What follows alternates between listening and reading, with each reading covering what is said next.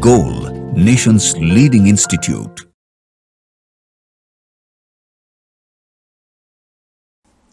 Hello dear students, आज हम लोग AITS फ्लैशबैक टेस्ट 3 का ऑर्गेनिक केमिस्ट्री का सॉल्यूशन करेंगे जो कि 29 को हुआ था आपका।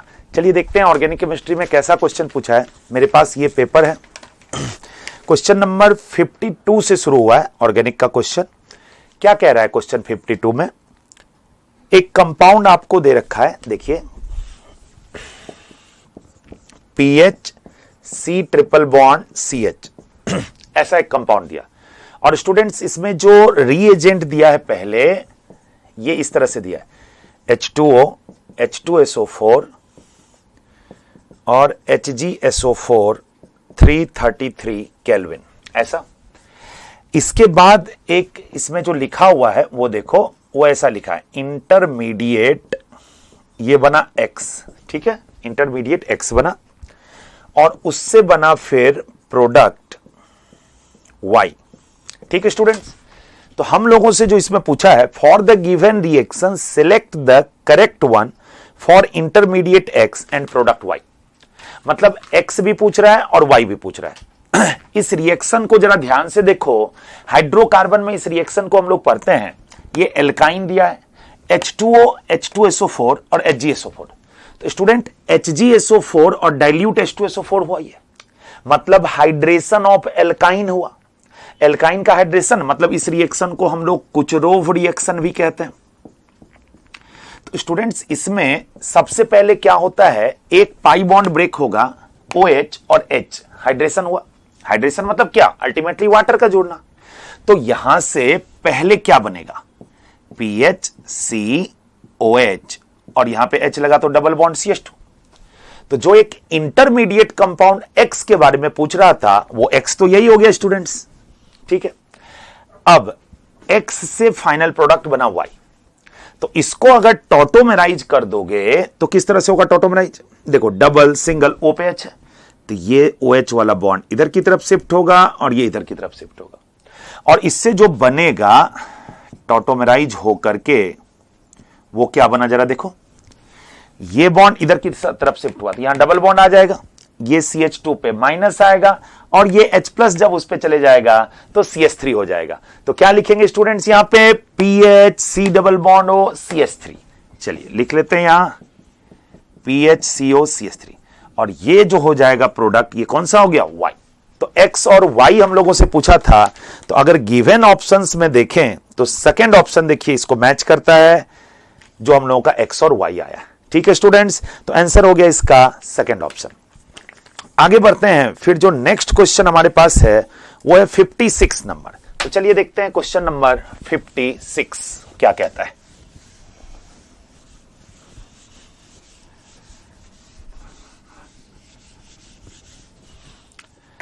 क्वेश्चन नंबर 56 में देखिए, कहता है पेंट 1 ठीक है, रिएक्ट्स विथ HBr।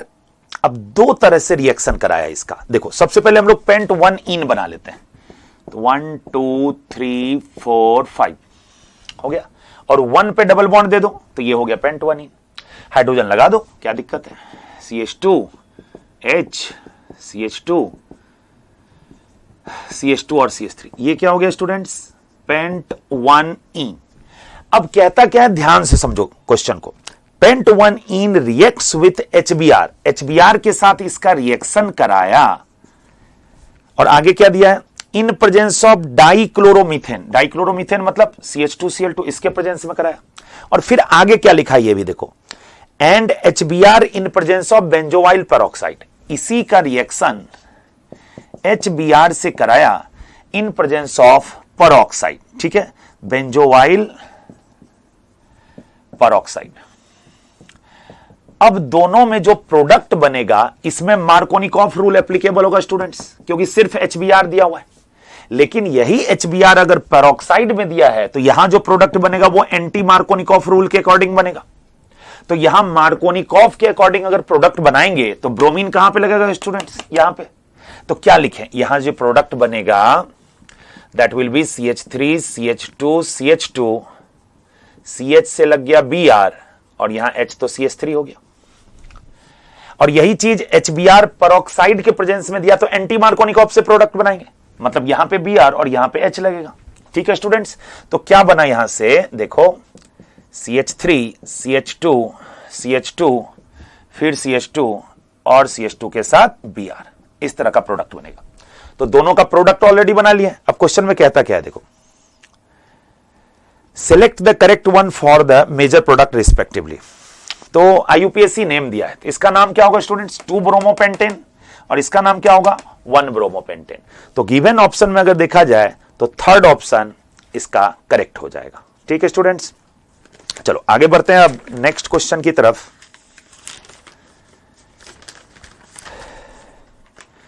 चलिए नेक्स्ट क्वेश्चन हम लोगों के पास है क्वेश्चन नंबर 62। चलिए देखते हैं 62 में क्या कह रहा है हम लोगों से।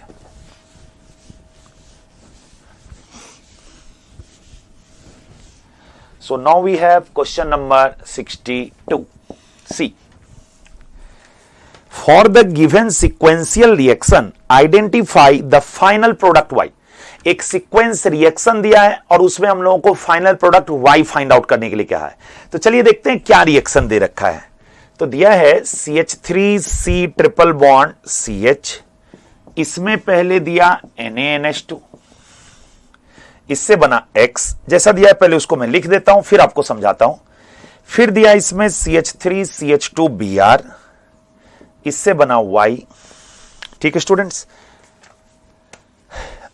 अब फाइनल प्रोडक्ट Y हम लोगों से पूछ रहा है कि Y क्या बनेगा। देखो ये sp कार्बन है, sp कार्बन से जो जुड़ा हुआ ये हाइड्रोजन है, ये क्या होगा स्टूडेंट्स एसिडिक हाइड्रोजन, ये एसिडिक हाइड्रोजन। इसको रिमूव करने के लिए सोडियम चाहिए या NaNH2 चाहिए, तो NaNH2 दे रखा है तुमको, NH2 माइनस स्ट्रॉन्ग बेस है। ऐसे ये वीक एसिड होता है बट NaNH2 में NH2 माइनस जो है ये स्ट्रॉन्ग बेस है, इसका H+ को आसानी से हटा पाएगा।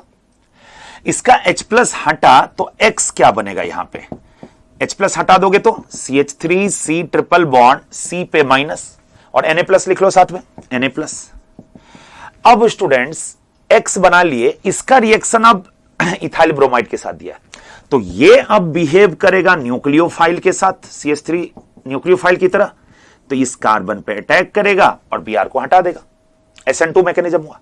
ठीक है ना, तो यहां से प्रोडक्ट क्या लिखे, चलो यहां से लिखते हैं, क्या लिखे बोलो CH3C ट्रिपल बॉन्ड C और C से क्या जुड़ गया स्टूडेंट्स CH2 CH3, तो C से जोड़ देते हैं CH2 CH3। तो हम लोगों से फाइनल प्रोडक्ट Y पूछा जा रहा था, so this is our final product Y। तो ऑप्शन अगर मैच किया जाए इसमें CH3C triple bond C CH2 CH3, fourth option इसका करेक्ट आंसर होगा। ओके स्टूडेंट्स, आगे बढ़ते हैं। नेक्स्ट क्वेश्चन हम लोगों के पास है क्वेश्चन नंबर 65। चलो देखते हैं 65 में क्या कह रहा है। ये जो भी क्वेश्चंस पूछा गया आपसे प्योर नीट लेवल का क्वेश्चन पूछा गया है, तो आपका अच्छा भी गया होगा टेस्ट। चलिए देखते हैं क्वेश्चन नंबर 65 को क्या कह रहा है इसमें। Select the correct options for heat of hydrogenation of alkene. Alkene का हीट ऑफ हाइड्रोजिनेशन पूछा है।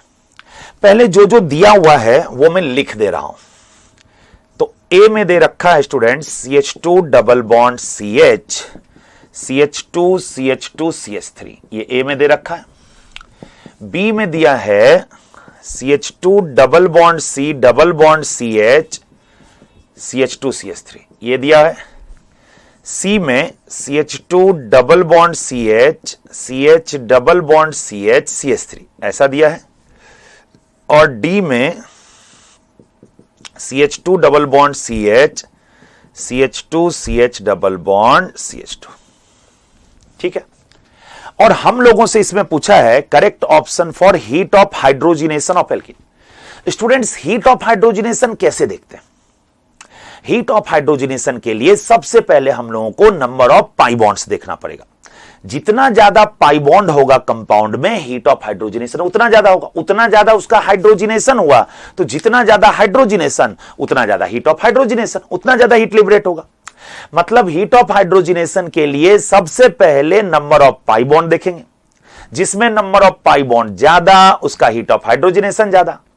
और अगर स्टूडेंट्स पाई बॉन्ड का नंबर इक्वल हो तो उस केस में heat of hydrogenation inversely proportional to stability के होगा। ठीक है, तो जरा यहां पे देखो, पाई बॉन्ड का नंबर देखें तो इसमें 1 पाई बॉन्ड है, इसमें 2 पाई बॉन्ड है, इसमें 2 पाई बॉन्ड है और इसमें भी 2 पाई बॉन्ड है। तो नंबर ऑफ पाई बॉन्ड इसमें 1 है, तो हीट ऑफ हाइड्रोजनेशन सबसे कम तो इसका हो जाएगा। हीट ऑफ हाइड्रोजनेशन का बात करेंगे तो सबसे लास्ट में कौन सा आ गया स्टूडेंट्स? ए। ठीक है, अब देखो जो सबसे अनस्टेबल होगा उसका हीट ऑफ हाइड्रोजनेशन अब सबसे ज्यादा होगा, क्योंकि इनवर्सली प्रोपोर्शनल टू स्टेबिलिटी होगा स्टूडेंट्स, क्योंकि इसमें भी 2 पाई बॉन्ड है, इसमें भी 2 पाई बॉन्ड है और इसमें भी 2 पाई बॉन्ड है।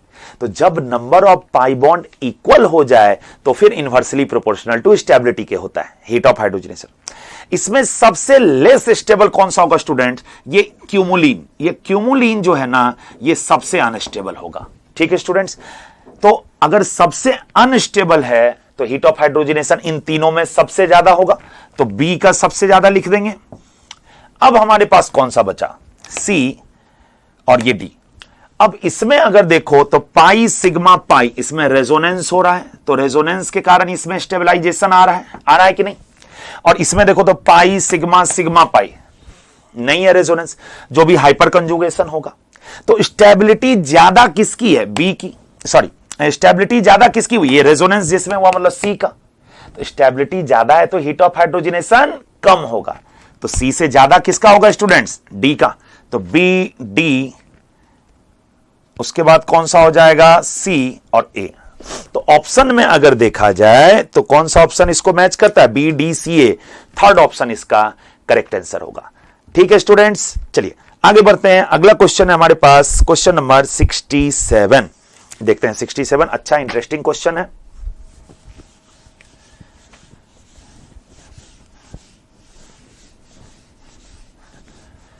सो सी क्वेश्चन नंबर 67। इसमें कहता है हमसे, एक एजर्सन दिया है, एक रीजन दिया है, और उसके बारे में फिर पूछा है कौन सा ट्रू फॉल्स, इस तरह से। एजर्सन सुनो, 2,4-डाइनाइट्रो क्लोरोबेंजीन, ठीक है, two four dinitro chlorobenzene in presence of nitro group at ortho and para position increases the reactivity towards nucleophilic substitution। कहने का मतलब क्या हुआ समझोगे?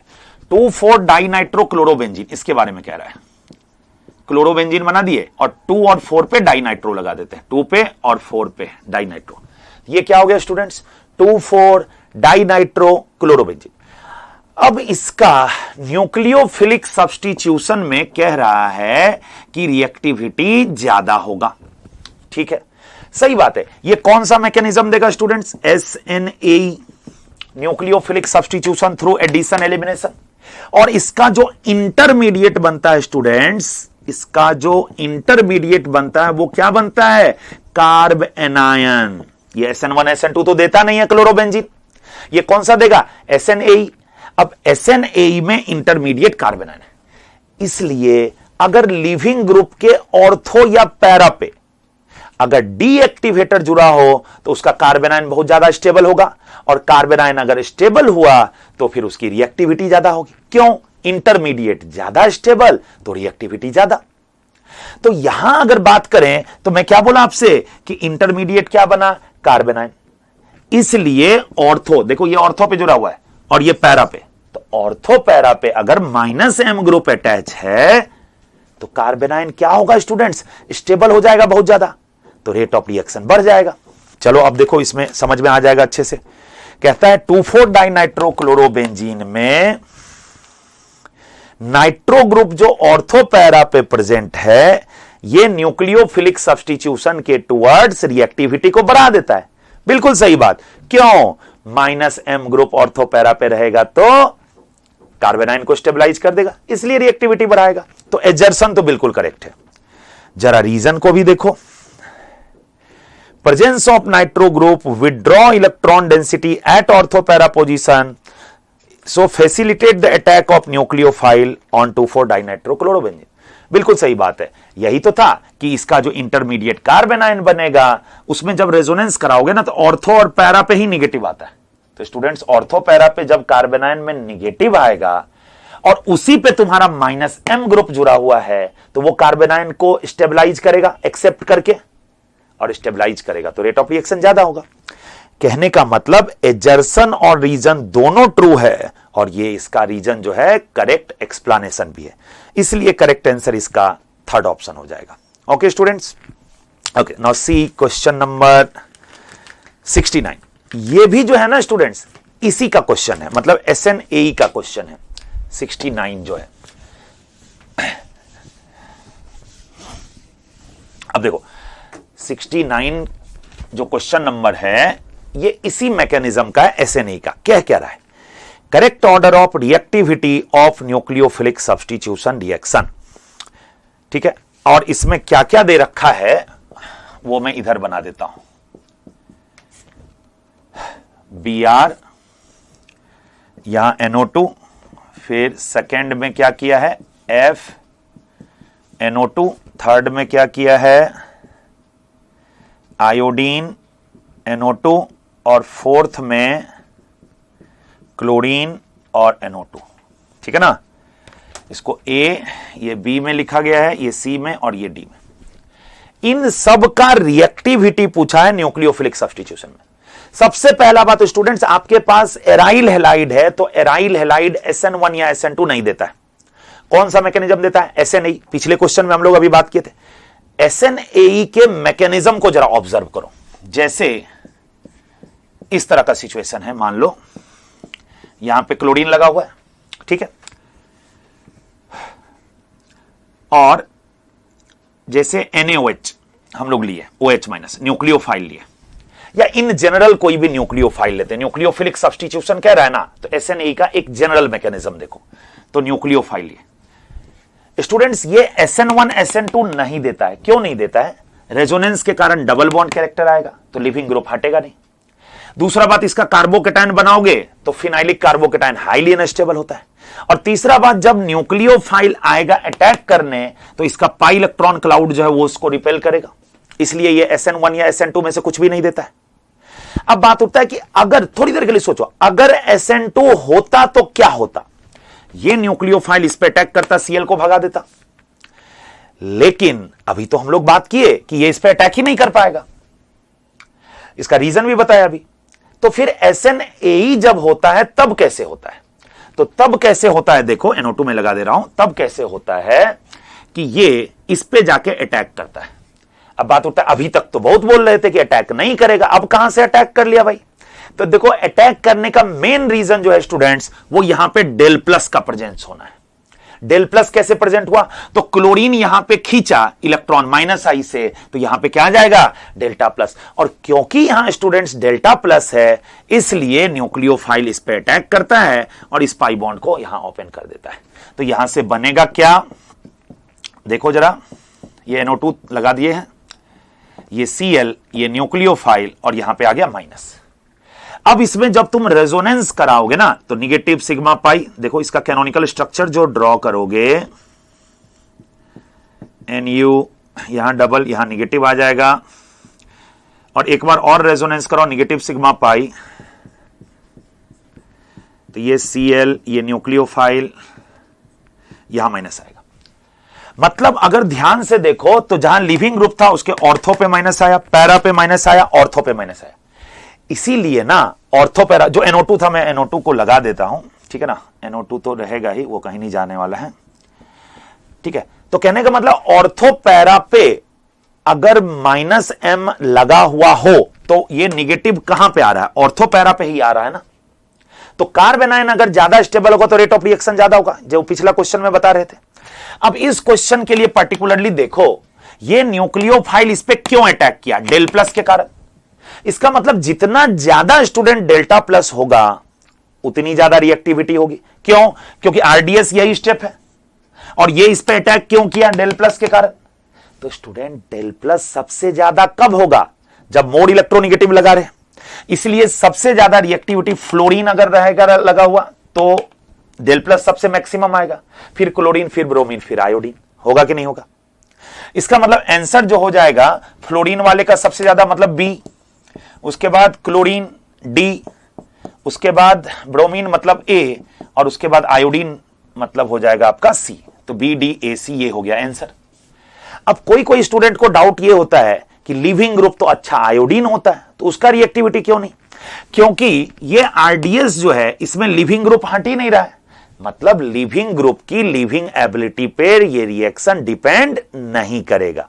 ठीक है स्टूडेंट्स, तो आंसर अगर इसमें देखोगे गिवन ऑप्शन से बी डी ए सी 69 का थर्ड ऑप्शन हो जाएगा। ओके स्टूडेंट्स, चलिए आगे बढ़ते हैं अगले क्वेश्चन पे।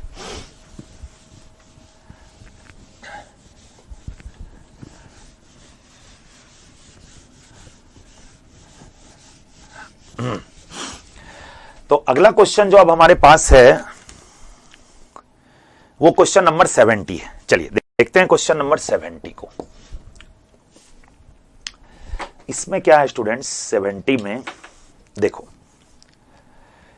एजर्शन दिया हुआ है और रीजन दिया हुआ है। कहता है H2SO4 can not be use during the reaction of alcohol with KI to form alkyl iodide. मतलब H2SO4 का यूज नहीं किया जाएगा कब, क्या रिएक्शन है देखो, एल्कोहल मतलब हो गया ROH और इसका रिएक्शन KI, ठीक है, इसका रिएक्शन KI से करना है।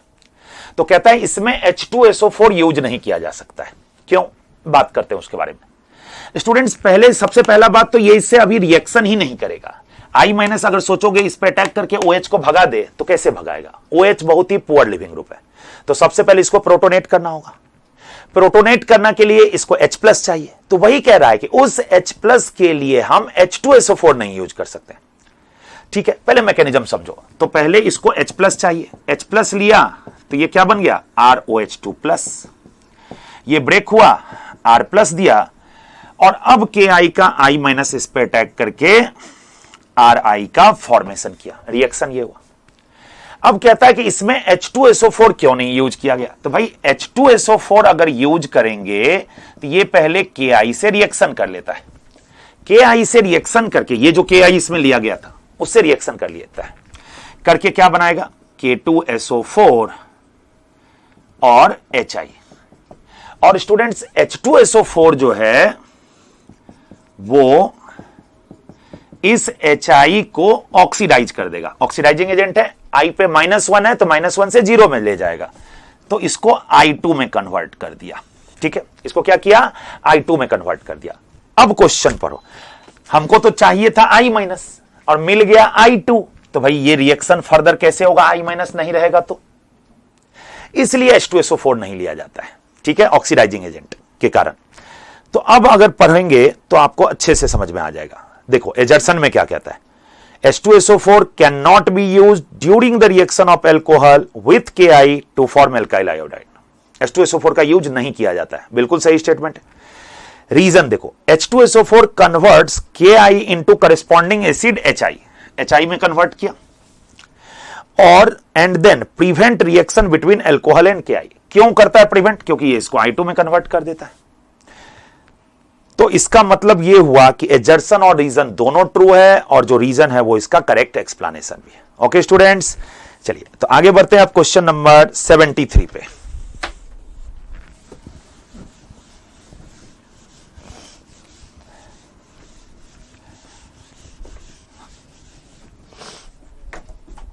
So now we have question number 73. The following reactions are given. Select the correct options. These are for propane as a product. Propene as a product. Propene किस में बन रही है, तो बड़ा आसान सा है, आपसे तुरंत हो जाएगा। देखिए क्वेश्चन नंबर 73 को। फर्स्ट दिया है CH3 CHBr CH2Br, जिंक दिया है। तो जिंक क्या करेगा, एलिमिनेशन करता है और x दोनों को हटाएगा यहां से, तो Br हटेगा, ZnBr2 बाहर निकल गया। यहां पे क्या आएगा स्टूडेंट्स, डबल बॉन्ड। तो ये एल्कीन का एक मेथड ऑफ प्रिपरेशन भी है, तो प्रोपीन बन गया इसमें। सेकेंड जो दिया हुआ इसमें रिएक्शन वो दिया है CH3 CH2 CH2Br और इसमें एल्कोहलिक KOH। तो एल्कोहलिक KOH कौन सा मैकेनिज्म देगा students, E2।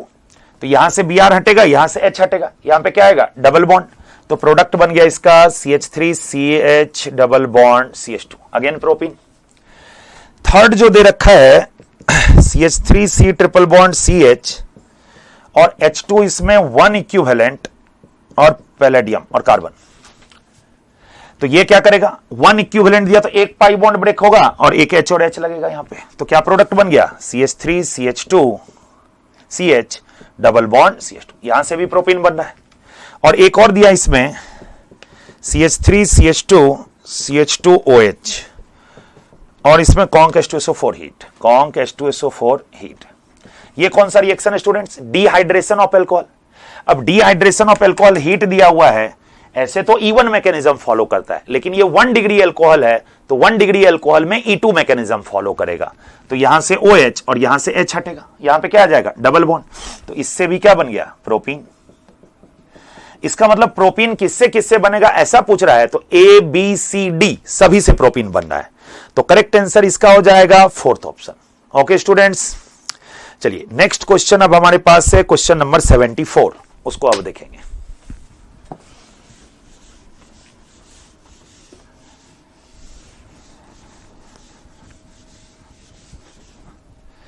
Now see question number 74।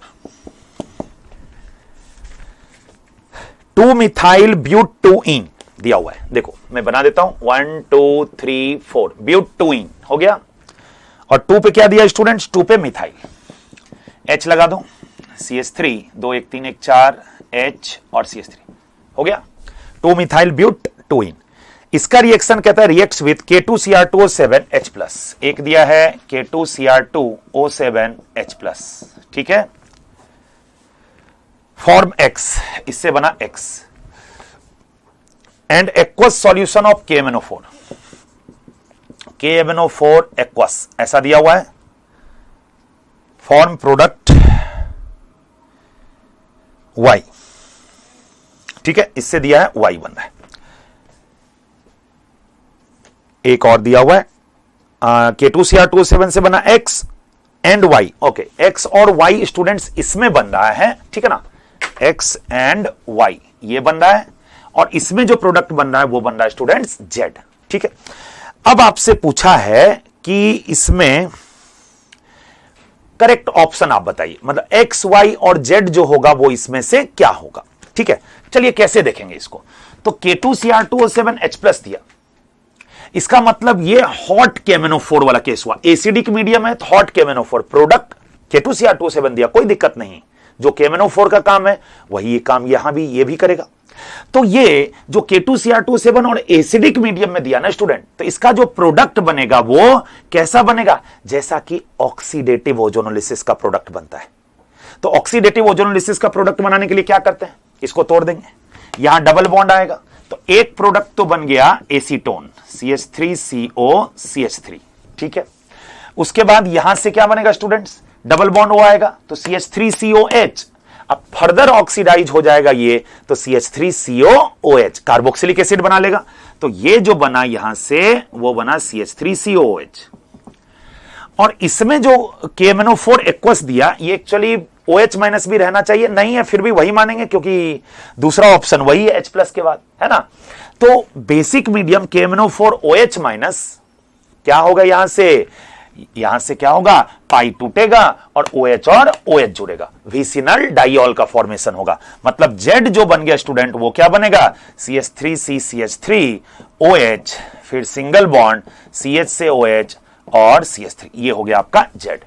अब अगर गिवन ऑप्शंस में देखें तो देखो सेकेंड ऑप्शन को देखो, X एसीटोन दिया है, Y इथेनोइक एसिड दिया है, और Z जो है दिया है 2-मिथाइल ब्यूटेन 2,3 डाइऑल। तो देखो 2-मिथाइल ब्यूटेन और 2 और 3 डाइऑल, इसका मतलब करेक्ट ऑप्शन यही होगा, सेकेंड ऑप्शन। ओके स्टूडेंट्स, चलिए अब आगे बढ़ेंगे हम लोग क्वेश्चन नंबर 77 पे, देखते हैं क्वेश्चन नंबर 77 में क्या कह रहा है। क्वेश्चन नंबर 77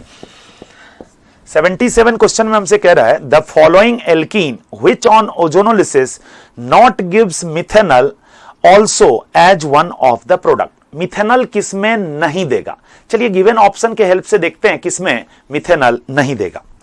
तो फर्स्ट में दिया हुआ है प्रोपीन, फर्स्ट में प्रोपीन दिया है, तो CH3CH डबल बॉन्ड CH2, इसका अगर ओजोनोलिसिस करेंगे O3H2O और Zn देंगे तो ये दोनों बॉन्ड जाएगा, एक डबल बॉन्ड हो यहां पे लेंगे, एक डबल बॉन्ड हो यहां पे लेंगे, तो स्टूडेंट यहां से तो फॉर्मल्डिहाइड बन ही रहा है ना, HCOH मतलब मिथेनॉल जिसको कह रहे हो, एक प्रोडक्ट तो बना, मतलब ये करेक्ट ऑप्शन नहीं होगा। सेकेंड को अगर देखो, ये फर्स्ट था, सेकेंड को देखो तो 2-मिथाइल प्रोपीन है, तो 1 2 3 2 पे मिथाइल बना दो और प्रोपीन, तो CH3 और यहां CH2। फिर इसका ओजोनोलिसिस करेंगे तो ये टूटेगा, यहां पे डबल बॉन्ड आएगा, यहां डबल बॉन्ड आएगा, तो फिर यहां से आपका मिथेनॉल का फॉर्मेशन हो गया। थर्ड ऑप्शन को अगर देखोगे तो इसमें 2 3 डाई मिथाइल ब्यूट 1 इन दिया हुआ है, 1 2 3 4 ब्यूट 1 इन, और 2 3 पे डाई मिथाइल दिया है। ओके स्टूडेंट्स, तो यहां से आपका ओजोनोलिसिस अगर किया जाए तो फिर से देखो 1 पे इन है ना, मतलब फिक्स हो गया, ये CH2 डबल बॉन्ड हो, ठीक है, तो यहां डबल बॉन्ड हो, यहां डबल बॉन्ड हो, तो फिर से यहां से मिथेनॉल बना।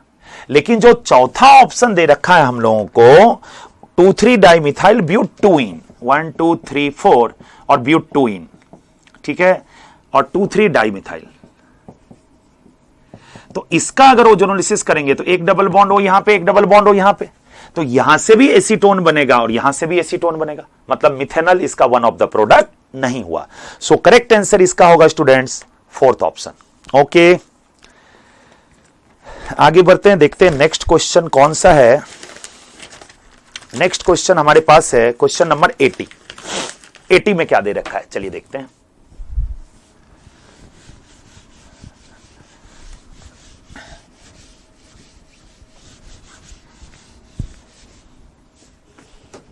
Okay, see question number 80. The decreasing order of nitration for the following compound. Ease of nitration पूछा आपसे, तो नाइट्रेशन कौन सा रिएक्शन होता है स्टूडेंट्स? Electrophilic substitution reaction. तो बेंजीन रिंग के अंदर इलेक्ट्रॉन की डेंसिटी, पाई इलेक्ट्रॉन की डेंसिटी जितनी ज्यादा होगी, रेट ऑफ नाइट्रेशन उतना ज्यादा होगा।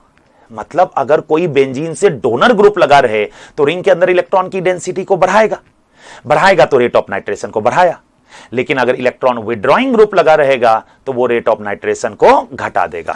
ठीक है, तो क्या क्या दिया हुआ है इसमें देखो, बेंजीन के साथ CH3 लगा हुआ है, बेंजीन के साथ NO2 लगा हुआ है, फिर बेंजीन के साथ Cl और बेंजीन के साथ CONH2 लगा हुआ है। इसका अगर इफेक्ट देखोगे तो ये हाइपर कंजुगेशन से डोनेट किया, ये -M से खींचा, हेलोजन का तो पता है -I लगता है, और ये CONH2 ये -M से खींच रहा है। ठीक है, अब इसमें इलेक्ट्रॉन डेंसिटी किस में ज्यादा है? तो डोनर ग्रुप तो एक ही है, ये CH3, तो सबसे ज्यादा रिएक्टिविटी तो इसका हो जाएगा। अच्छा, ये -I से पुल कर रहा है और ये दोनों -M से पुल कर रहा है, तो इलेक्ट्रॉन डेंसिटी -I वाले में ज्यादा होगा क्योंकि थोड़ा सा पुल किया, तो ये इसके बाद कौन सा आ जाएगा? थर्ड। अब बच गया 2 और 4। तो ये जो CONH2 है ना स्टूडेंट्स, ये ठीक है एक्सेप्टर तो है, लेकिन NH2 इसको इधर से दे भी रहा है, तो इसलिए CONH2 जो होता है वो माइल्ड एक्सेप्टर है, क्योंकि NH2 इस CO को दे रहा है, इसलिए रिंग से लेने की टेंडेंसी थोड़ी कम हो गई। लेकिन NO2 तो बहुत अच्छा एक्सेप्टर है, पावरफुल -M होगा उसका, इसलिए इलेक्ट्रॉन डेंसिटी थोड़ा ज्यादा कहें तो फोर्थ में हो जाएगा, और उसके बाद सेकेंड। तो 1 3 4 एंड 2 ये कौन से ऑप्शन में दे रखा है? थर्ड ऑप्शन में। तो 80 का करेक्ट आंसर हो गया थर्ड। ओके स्टूडेंट्स, अब चलते हैं अगले क्वेश्चन पे, क्वेश्चन नंबर 83। देखते हैं 83 में क्या है।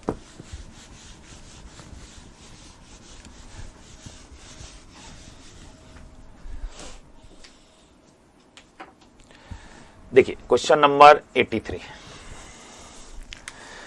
Major product P for the given reaction. देखिए क्या रिएक्शन दिया हुआ है, तो CH3 CH CH3 single bond CH double bond CH2, और इसमें दिया है डाइल्यूट H2SO4 और कहता है प्रोडक्ट P। तो मेजर प्रोडक्ट P इसमें पूछ रहा है कि इसमें से कौन सा मेजर प्रोडक्ट होगा। ओके स्टूडेंट, तो डाइल्यूट H2SO4 है, मतलब H2SO4 है और H2O है। डाइल्यूट मतलब वाटर के साथ डाइल्यूट किया हुआ है, तो H2SO4 क्या प्रोवाइड करेगा स्टूडेंट्स? H+। हाइड्रेशन हो गया इसका एल्कीन का, है ना, H2O और H+ है तो हाइड्रेशन होगा। तो सबसे पहले ये H+ के साथ रिएक्शन करेगा, तो ये पाई बॉन्ड इस पे जाके अटैक करेगा, यहां पे H लग जाएगा और पॉजिटिव चार्ज इस पे आएगा। पॉजिटिव इस पे क्यों? कार्बोकेटाइन ज्यादा स्टेबल होगा, तो यहां से क्या बनाए? CH CH3 CH पे प्लस और यहां CH3। अब कार्बोकेटाइन बनने के बाद देखना पड़ता है रीअरेंजमेंट होगा कि नहीं, तो होगा रीअरेंजमेंट। तो ये प्लस यहां पे आएगा, H माइनस का शिफ्टिंग करा दो, तो यहां से H माइनस का अगर शिफ्टिंग करा दें, मतलब रीअरेंजमेंट कराएं, तो ये H माइनस उठ के यहां आ जाएगा। तो H माइनस निकला तो बचेगा क्या, प्लस। तो यहां से CCH3 प्लस हो गया और यहां H लग गया तो CH2 CH3। और अब स्टूडेंट्स क्या करेंगे, H2O का इस पे अटैक करा देंगे, H2O और H2SO4 था, तो यहां पे क्या लग जाएगा, OH। तो जो आपका फाइनल मेजर प्रोडक्ट बनेगा वो ये वाला बनेगा। और ये कौन से ऑप्शन में दे रखा है, थर्ड ऑप्शन में।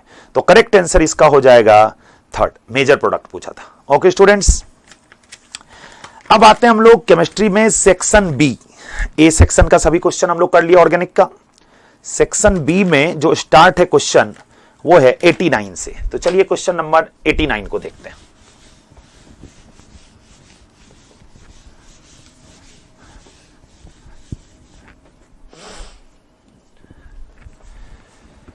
देखिए question number 89, which will give precipitate with AgNO3। Options में पहले लिख दे रहा हूं, उसी से बनेगा ये क्वेश्चन। यहां पे Cl दे रखा है। सेकेंड ऑप्शन जो है वो क्लोरोबेंजीन है। थर्ड में जो दिया हुआ है CH2Cl दे रखा है। और फोर्थ में यहां पे Cl दिया हुआ।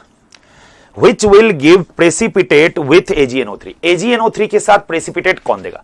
स्टूडेंट जब AgNO3 रिएक्शन करेगा ना, तो जो भी प्रेसिपिटेट देगा वो किसका प्रेसिपिटेट देगा? AgCl का व्हाइट प्रेसिपिटेट।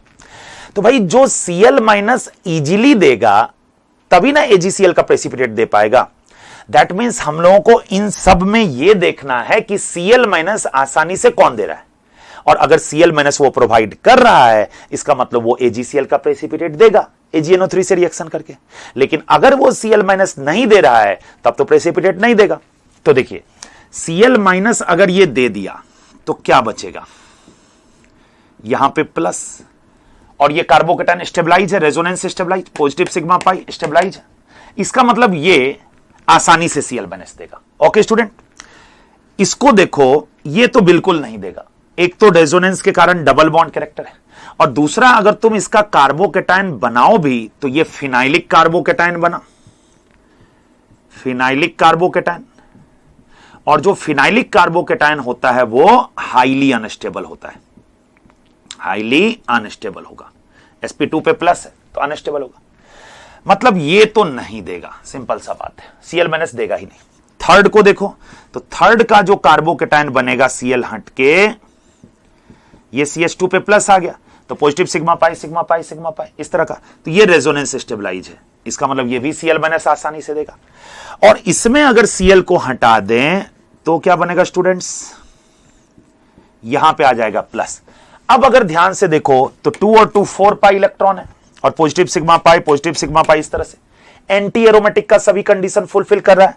तो ये स्पीसीज क्या हो गया, एंटी एरोमेटिक। तो इसका मतलब हाईली अनस्टेबल, तो ये भी नहीं दे पाएगा। तो कौन कौन Cl माइनस दिया, तो A और C, इसका मतलब AgNO3 के साथ रिएक्शन करके वही प्रेसिपिटेट का फॉर्मेशन करेगा। तो गिवन ऑप्शन में फोर्थ ऑप्शन में A और C दिया है तो वही करेक्ट हो जाएगा। ओके, चलिए नेक्स्ट क्वेश्चन जो है उसके बाद देखते हैं उसको।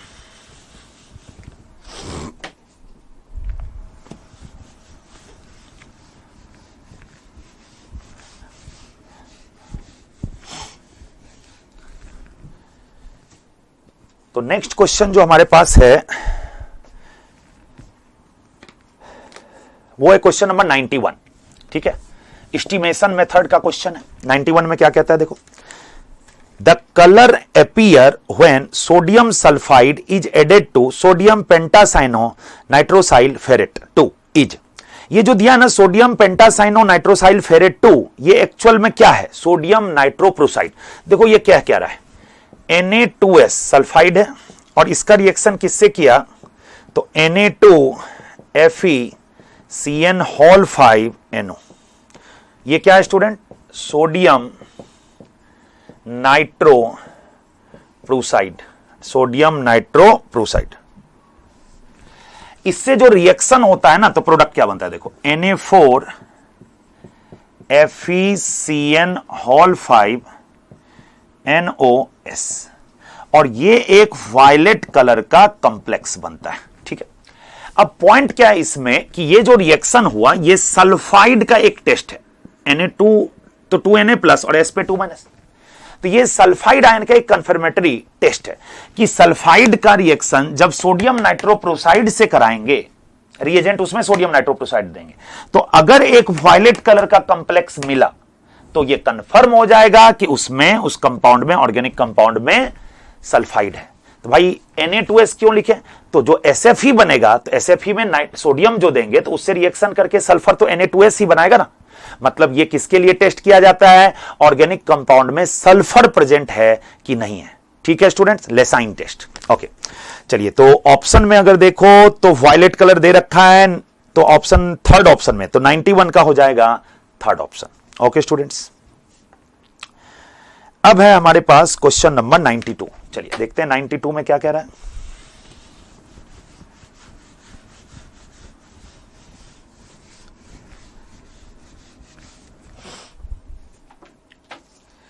देखिए question number 92, for the given compounds the decreasing rate order of decarboxylation by heating in presence of soda lime. Soda lime क्या होता है, NaOH + CO।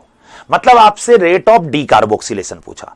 Students, rate of decarboxylation कैसे देखें, तो रेट ऑफ, ये 92 है, ठीक है ना, रेट ऑफ डीकार्बोक्सिलेशन अगर सोडा लाइम के प्रेजेंस में करें तो ये डायरेक्टली प्रोपोर्शनल होता है स्टेबिलिटी ऑफ कार्बन आयन। जो इंटरमीडिएट कार्बन आयन बनेगा उसकी स्टेबिलिटी के डायरेक्टली प्रोपोर्शनल होता है। तो जो कार्बन आयन बनेगा डायरेक्ट वही लिखते हैं और उसकी स्टेबिलिटी कंपेयर कर लेते हैं। तो फर्स्ट केस में जो कार्बन आयन बनेगा, फर्स्ट में वो बनेगा CCl3-। सेकेंड में जो बनेगा वो इस पे माइनस, थर्ड में जो बनेगा वो CH3 पे माइनस, और फोर्थ का जो बनेगा वो CH3 इस पे माइनस। ठीक है, तो इन सब में स्टेबिलिटी देखना है। तो फर्स्ट सबसे ज्यादा स्टेबल होगा स्टूडेंट्स, क्यों, ये बैक बॉन्डिंग होगा इसमें। कैसे होगा बैक बॉन्डिंग, तो इस कार्बन के पास है lone pair, chlorine third period का है तो वैकेंट डी ऑर्बिटल, 3D तो पूरा का पूरा खाली है, तो वैकेंट डी ऑर्बिटल होगा इसके पास, तो लोन पेयर सिग्मा और इसका वैकेंट डी ऑर्बिटल। ठीक है, तो ये बैक बॉन्डिंग से स्टेबलाइज हुआ। तो सबसे ज्यादा ये किससे स्टेबल हो गया, बैक बॉन्डिंग से। तो सबसे स्टेबल कौन सा कार्बन आयन हो गया, 1, तो 1 सबसे ज्यादा स्टेबल हो गया। इसके बाद देखो, इसके बाद तो नॉर्मल कार्बन आयन है, ये 3 डिग्री है, ये CH3- है, ये 2 डिग्री है, तो सबसे ज्यादा कार्बन आयन कौन सा स्टेबल होगा, इसके बाद 3, इसके बाद 4, और सबसे लास्ट में 3 डिग्री वाला आएगा, मतलब सेकेंड।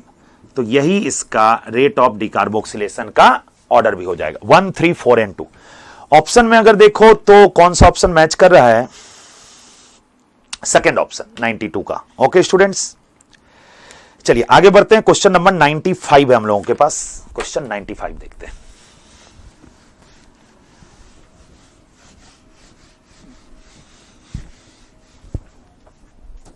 देखिए question 95, for the given reactions identify the final product B and Y।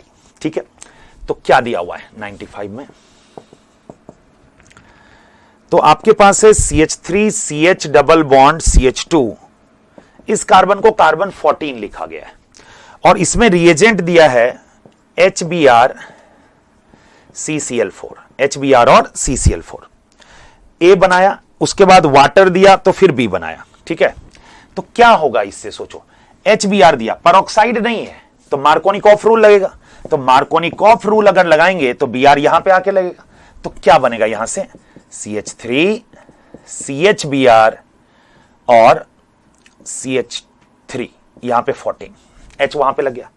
अब इसमें फर्दर दे रखा है वाटर, तो इसमें अगर वाटर दोगे तो Br हट के यहां पे OH आएगा, मतलब प्रोडक्ट जो बनेगा यहां से CH3 CHOH और CH3 ये 14 ये बन जाएगा प्रोडक्ट। तो फर्स्ट रिएक्शन कर लिया हम लोग A और B, ये A हो गया और ये B हो गया। इसके बाद फिर HBr और पेरोक्साइड दिया R2O2, HBr और R2O2, तो यहां पे एंटी मार्कोनिकॉफ रूल लगेगा। यहां लगा था मार्कोनिकॉफ, यहां पे पेरोक्साइड के प्रेजेंस में क्या लगेगा, एंटी मार्कोनिकॉफ। तो Br जो है वो यहां पे लगेगा आके एंटी मार्कोनिकॉफ से, तो प्रोडक्ट बन गया CH2Br यहां पे 14। और इसके बाद इसमें फर्दर दे रखा है NaOH, तो NaOH दोगे तो फिर SN2 मैकेनिज्म, Br हटेगा यहां पे OH आएगा, तो क्या बन जाएगा CH3 CH2 CH2 OH, ये X हो गया, ये Y हो गया, ऐसा दिया। तो आपसे कह रहा है इसमें B और Y, तो ऑप्शन को अगर मिलाओ इससे तो थर्ड ऑप्शन आपका करेक्ट आंसर आ रहा है। ओके स्टूडेंट्स, चलिए आगे बढ़ते हैं। क्वेश्चन नंबर 98 है अब हम लोगों के पास। इसमें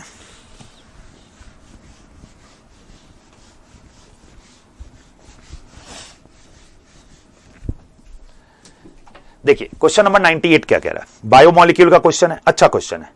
Which one of the following compounds contains beta C1C4 glycosidic linkage. Beta भी इसमें ध्यान रखना है, ग्लाइकोसाइडिक तो ठीक है, बीटा पे होना चाहिए। फर्स्ट दिया है एमाइलोज, तो स्टूडेंट स्टार्च का जो स्ट्रक्चर होता है उसमें दो पार्ट होता है, एमाइलोज और एमाइलोपेक्टिन। जो एमाइलोज होता है वो अल्फा डी ग्लूकोज का स्ट्रेट चेन पॉलीमर होता है। C1C4 ग्लाइकोसाइडिक लिंकेज तो है लेकिन अल्फा का, बीटा का नहीं, तो इसलिए एमाइलोज करेक्ट ऑप्शन नहीं है। माल्टोज जो होता है ये डाइसेक्राइड है। माल्टोज में अल्फा डी ग्लूकोज का 2 यूनिट आपस में जुड़ा हुआ रहता है ग्लाइकोसाइडिक लिंकेज से, एक का C1 एक का C4, बट ये भी अल्फा का है, तो ये भी गलत ऑप्शन हो गया।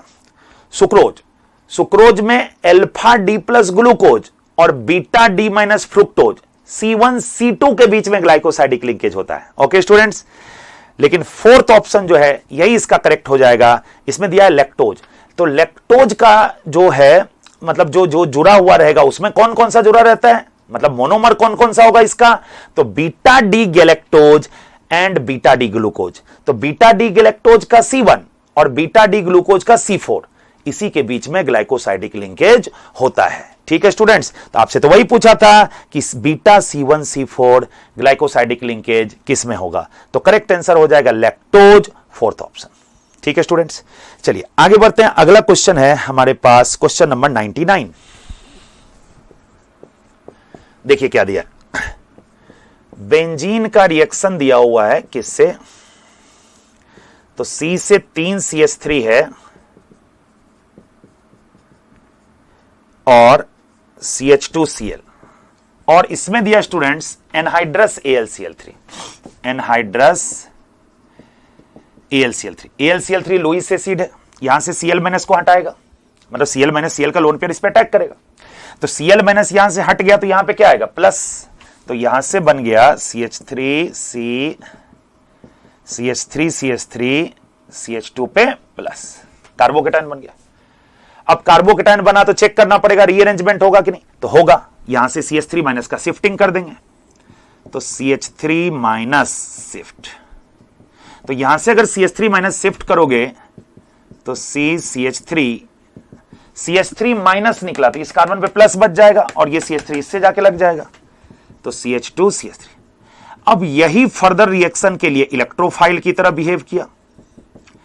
अब ये इलेक्ट्रोफाइल बेंजीन से जाके रिएक्शन कर लेगा तो बेंजीन में यही चीज जाके जुड़ जाएगा, किस कार्बन से जुड़ेगा, इससे, तो C से 2 ठो CH3 एंड CH2CH3, ऐसा प्रोडक्ट बनेगा।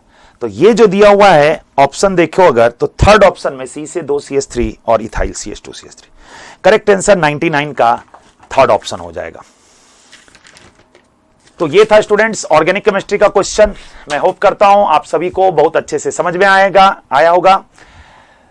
तो आगे भी इसी तरह से बहुत अच्छे से प्रिपरेशन करेंगे और सभी टेस्ट अच्छे से देंगे। Thank you students.